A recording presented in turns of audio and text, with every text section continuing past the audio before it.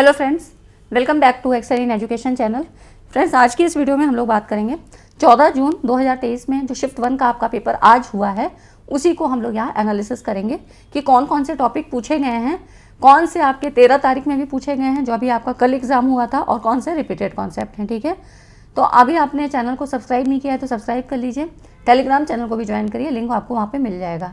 और फ्रेंड्स, जो लोग भी एग्ज़ाम दे रहे हैं, जिनके भी अपकमिंग एग्ज़ाम आने वाला है, उन सभी को ऑल द बेस्ट। सभी लोग एग्ज़ाम बढ़िया से करिएगा, आपकी तैयारी अच्छी है, आप लोग को बिल्कुल भी निराश होने की ज़रूरत नहीं है, घबराने की ज़रूरत नहीं है। पूरे कॉन्फिडेंटली, ठीक है, कॉन्फिडेंस से अपना पेपर आप सॉल्व करिए और आपका नेट JRF क्लियर होगा। ठीक है, तो आज की इस वीडियो में हम लोग इन्हीं सब कुछ कॉन्सेप्ट को यहाँ पर डिस्कस करते हैं। तो चैनल को सब्सक्राइब अब तक आपने कर लिया होगा और टेलीग्राम चैनल को भी ज्वाइन करिए। देखिए, कुछ तो मैंने कॉन्सेप्ट आपको करवा दिए हैं, जैसे बहुत सारे क्वेश्चन आपके ऐसे बन रहे हैं जो कि मैंने पूरा एक्सप्लेनेशन के साथ करा है। जैसे कि NEP 2020 से हर शिफ्ट में एक बार क्वेश्चन पूछा जा रहा है, ठीक है, एक क्वेश्चन जरूर आ रहा है। और इसके पहले भी 13 तारीख का भी हमने पेपर जो है पेपर 1 का शिफ्ट फर्स्ट और शिफ्ट सेकेंड दोनों ही एनालिसिस कर लिया है। तो आप लोगों ने नहीं देखा है तो उसको भी देख लीजिए, क्योंकि जो कुछ नए कॉन्सेप्ट है ना वो मैंने पूरे एक्सप्लेनेशन के साथ दिए हैं। ठीक है, और जिसमें पूरा आपको वीडियो ही देनी है। कुछ ऐसे कॉन्सेप्ट हैं जैसे कि टाइप्स ऑफ हाइपोथेसिस, ठीक है, और आपका टाइप्स ऑफ रिसर्च तो मैंने कराया है, टाइप्स ऑफ हाइपोथेसिस से क्वेश्चन बन रहे हैं, उसकी पूरी डिटेल वीडियो मैं दे दूंगी आपको। ठीक है, तो कुछ ऐसी चीज़ें जो ज़्यादा लेंथी हैं उनको मैंने नहीं लिया, लेकिन कुछ नए कॉन्सेप्ट आपको पूरा बराबर समझाए हैं। तो आप लोग इसलिए सब्सक्राइब कर लीजिए और स्टार्ट करते हैं, देखते हैं कि इस बार कैसे कैसे क्वेश्चन पूछे गए हैं। और ये पेपर आपका मेमोरी बेस्ड है, ठीक है, क्वेश्चन नहीं पता लग पाए पूरे, लेकिन इतनी चीज़ें पता लगी हैं कि इस टॉपिक से क्वेश्चन बन रहा है, किस तरह से क्वेश्चन पूछे जा रहे हैं। तो चलिए स्टार्ट करते हैं। यहाँ पर देखिए, और हाँ फ्रेंड्स, अगर आप लोग का भी पेपर आज है या आने वाले समय में है तो आप लोग भी यहाँ पर क्वेश्चन मुझे बता सकते हैं। मेल आपको दिया है, वहाँ पर भी दे सकते हैं या आप कमेंट में कर सकते हैं। तो इस तरह से आप अपने क्वेश्चन भी बता सकते हैं कि किस टॉपिक से कैसे क्वेश्चन पूछे गए हैं। ठीक है, चलिए स्टार्ट करते हैं। देखिए, यहाँ पर मैथ्स में टाइम एंड डिस्टेंस से पूछे गए थे। कल जो था आपका रेशो और प्रोपोर्शन से सवाल, रेशो और आपका परसेंटेज वगैरह से पूछे गए थे। ठीक है, तो यहाँ पर देखिए टाइम एंड डिस्टेंस से, नंबर सीरीज से, इस तरह से मैथमेटिक्स में पूछे गए। रिसर्च एप्टीट्यूड में काफ़ी चीज़ें कवर की गई हैं, जैसे कि हाइपोथेसिस टेस्टिंग में F test, T test, chi square test. ठीक है, इसकी पूरी डिटेल वीडियो मैं आपको दे दूंगी जल्द ही, ताकि आपका जो अपकमिंग एग्जाम है उनमें जो है लोगों की चीज़ें कवर हो जाए। ठीक है, रिसर्च एथिक्स आपका इससे अभी 13 तारीख को भी पूछे गए हैं इससे क्वेश्चन, और टाइप्स ऑफ रिसर्च से भी क्वेश्चन बने हैं। ठीक है, तो research ethics, types of research, ये आपको पढ़ लेना है, ये मैंने वीडियो आपको दे दी है, और PYQs की भी इससे करवा दिए हैं। ठीक है, रिसर्च प्रोसेस से भी पूछे गए हैं, सीक्वेंस में लगाने को इसके स्टेप आए थे। ठीक है, तो ये भी मैंने काफ़ी करवा रखा है। आप लोगों ने नहीं देखा है तो 100 क्वेश्चन की सीरीज़ मैंने आपको एनवायरनमेंट की, टीचिंग एप्टीट्यूड की, कम्युनिकेशन की और आपकी रिसर्च एप्टीट्यूड की, इस तरह से मैंने काफ़ी चीज़ें करवा रखी हैं। ICT वगैरह के भी, इंटरनेट जैसे टॉपिक मैंने कवर करा दिए हैं, तो आप लोग वहाँ पर देख सकते हैं। ठीक है, लॉजिकल रीजनिंग से फैलेसी, फॉर्मल एंड इनफॉर्मल, हेत्वाभास, ये जो है क्वेश्चन हमेशा ही पूछे जा रहे हैं। तो यहाँ से भी हर बार एक नई फैलेसी का नाम दे देता है, तो इस तरह से क्वेश्चन बन रहे हैं। ठीक है, methods of teaching learner characteristic, यहाँ से तो क्वेश्चन हमेशा बनता है, 13 को भी आया था और आज भी पूछे गए हैं। ठीक है, अब देखिए यहाँ पर हम लोग रिसर्च एथिक्स की बात कर लेते हैं, क्योंकि रिसर्च एथिक्स हर बार पूछा जा रहा है। तो देखिए, नैतिकता, आपको पता है कि नैतिकता नियमों का समूह होता है जो हमारे अपने और दूसरे के व्यवहार के प्रति हमारे जो है एक्सपेक्टेशंस को कंट्रोल करता है। ठीक है, मतलब हमको एक दायरे में रहकर लोगों से अपेक्षाएं रखनी चाहिए। अनुसंधान नैतिकता, नैतिक दिशा निर्देशों का मतलब एथिकल गाइडलाइंस है जो कि हमें गाइड करती है कि वैज्ञानिक अनुसंधान जो है, साइंटिफिक रिसर्च कैसे संचालित और प्रसारित किया जाना चाहिए, इसीलिए रिसर्च एथिक्स बनाई जाती है। अनुसंधान नैतिकता वैज्ञानिक शोधकर्ताओं के लिए, यहाँ पर देखिए, आचरण के मानकों को नियुक्त करती है, मतलब standards of conduct for scientific researcher, जो कि अनुसंधान को जिम्मेदारी से संचालित करने के लिए यहाँ पर एक गाइडलाइन होती है। ठीक है, अब इसके अंतर्गत कौन कौन सी चीज़ें रखनी होती हैं, देखिए, basic principles of research ethics की हम बात करें तो यहाँ पर सबसे पहला है ऑनेस्टी। ठीक है, आप अपने काम के प्रति वफादार रहें, और उसके बाद मतलब ईमानदारी से करना है। ठीक है, ऑब्जेक्टिविटी, कोई भी पक्षपात नहीं होना चाहिए, बायस नहीं होना चाहिए, वस्तुनिष्ठता होनी चाहिए। इंटीग्रिटी, अखंडता।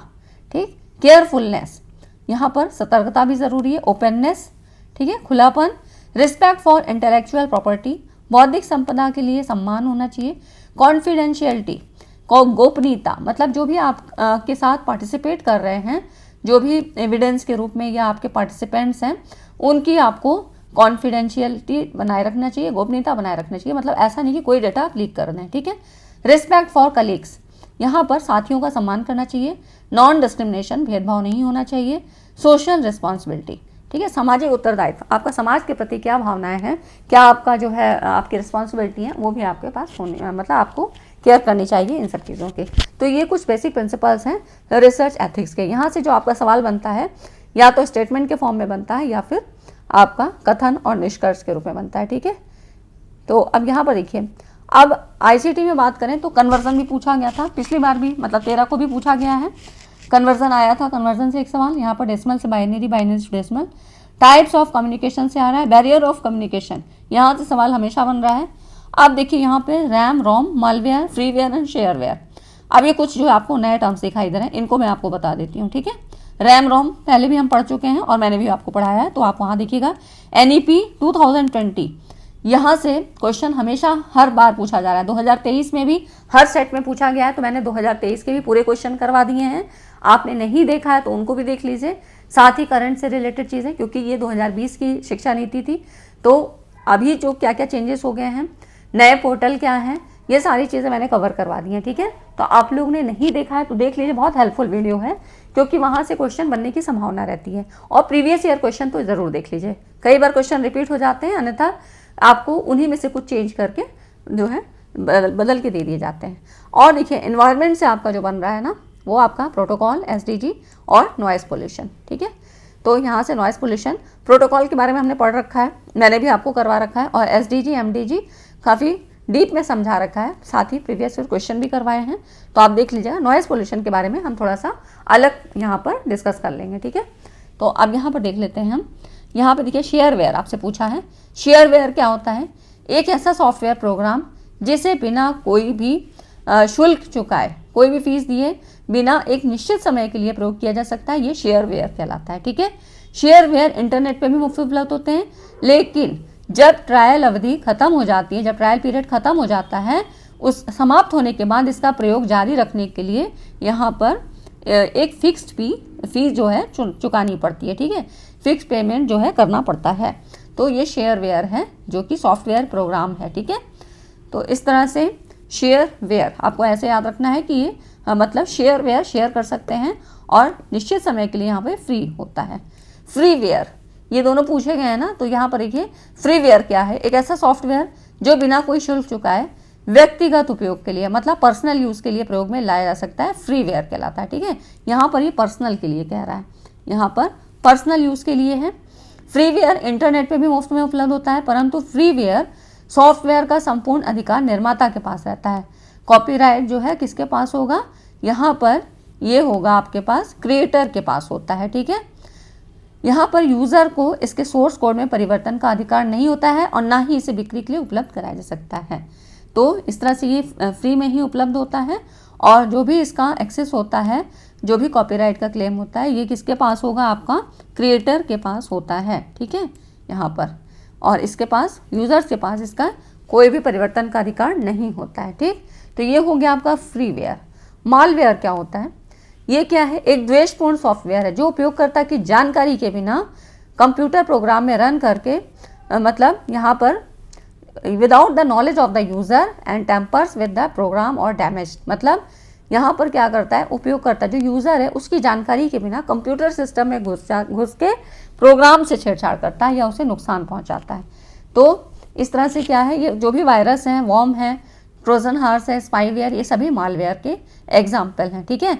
तो यहाँ से 2-3 क्वेश्चन आपके बन जाते हैं कि मालवेयर में अगर पूछा जाए तो कौन कौन से आते हैं। तो यहाँ पर virus, worms, Trojan horse, spyware, ये सारे एग्जाम्पल हैं मालवेयर के, जो कि एक सॉफ्टवेयर है जो कि हमें हार्मफुल इफेक्ट अपना देता है, ठीक है। तो ये हो गया मालवेयर।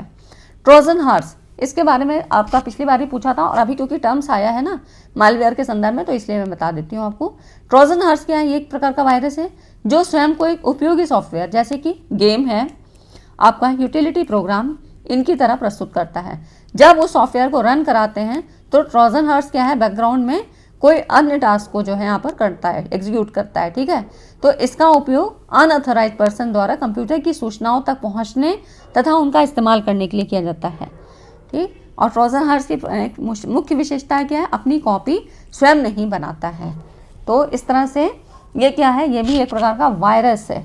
इसका प्रयोग अनऑथराइज्ड पर्सन द्वारा कंप्यूटर की सूचनाओं तक पहुंचने और उनका यूज़ करने के लिए किया जाता है, ट्रोजन हॉर्स। ठीक है, जैसे कि आप लोग जब देखते हैं ना कि आपका जो है यहाँ पर आपके प्रोग्राम में कुछ छेड़छाड़ हुई है, तो ये किसके, तो ट्रोजन हॉर्स के द्वारा होती है। ठीक है, तो इस तरह से ये हो गया ट्रोजन हॉर्स। आप देखिए नॉइज़ पोल्यूशन के बारे में थोड़ा सा जान लेते हैं। व्हाट इज़ नॉइज़ पोल्यूशन, क्योंकि एग्जैक्ट क्वेश्चन तो नहीं पता लगे, लेकिन ये है कि नॉइज़ पोल्यूशन WHO के अकॉर्डिंग अगर हम बात करें तो सभी ध्वनि को ध्वनि प्रदूषण नहीं माना जाता है। WHO के अकॉर्डिंग जो 65 डेसिबल से ऊपर के शोर को, मतलब जो 65 डेसिबल के ऊपर के शोर को यहाँ पर नॉइज़ पोल्यूशन के रूप में परिभाषित किया है। मतलब 65 dB के ऊपर का जो है वो नॉइज़ पोल्यूशन की कैटेगरी में आता है। ठीक है, आप देखिए यहाँ पे नॉइज़ पोल्यूशन अनियंत्रित, uncontrol, excessive and unbearable sound को ही हम क्या है, ध्वनि प्रदूषण मतलब कहते हैं, नॉइज़ पोल्यूशन होता है। इसकी जो यूनिट है क्या है, डेसिबल में इसको मेज़र किया जाता है और क्या है, लॉगरिथमिक फंक्शन है। ठीक है, लॉगरिथमिक का मतलब क्या हुआ कि थोड़ा भी चेंज करेंगे तो वेरिएशन ज़्यादा होगा। ठीक है, मतलब इससे जो हार्मफुल इफेक्ट होगा वो ज़्यादा होता है। तो इस तरह से ये इसकी कुछ फीचर्स हैं। अब यहाँ पर देखिए श्रवण किया उसकी ध्वनि सीमा, जैसे कि सामान्य श्रवण सीमा की बात करें, एक जो लिमिटेड इसकी लिमिट है वो 20 dB है। ठीक है, सामान्य वार्तालाप की कितनी है, 50 to 60 dB होती है। सुनने की क्षमता में गिरावट तो 75 dB। चिड़चिड़ाहट ये कितने में होगा, 80 dB, है ना। फिर मांसपेशियों में एक्साइटमेंट तो 90 dB, मतलब आपको बहुत इरिटेशन होने लगती है। पेनफुल स्थिति कब होगी, जब 120 dB ऊपर हो जाएगा ध्वनि का लेवल। ठीक है, तो ये कुछ ऐसे इसके क्राइटेरिया हैं, कुछ कैटेगरीज हैं। आप देखिए ध्वनि के संबंध में जो परिवेशी वायु क्वालिटी मानक, यहाँ पर देखिए जो डेसिबल की कितनी लिमिट है, दिन के समय और रात के समय अलग अलग है। एक आध बार ये भी क्वेश्चन पूछा गया है। तो इंडस्ट्रियल एरिया में देखिए दिन के समय 75 है और रात के समय 70 है, 70 dB। ठीक है, जो स्वीकृत सीमा है, इसको मतलब इसकी लिमिटेशन है। कमर्शियल की बात करें तो 65 है दिन के समय और 55 है रात के समय। आवासीय जो रहने का स्थान होता है वहाँ पे 55 दिन के समय, 45 रात के समय।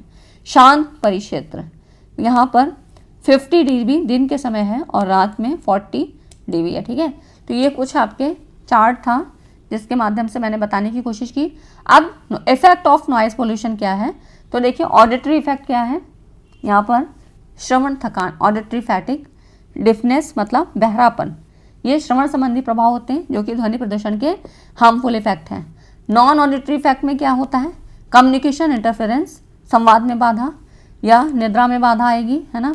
स्लीप इंटरफेरेंस, और इंग्लिश में यहाँ पे देख सकते हैं। ठीक है, तो इस तरह से इंग्लिश वाले यहाँ देख लें।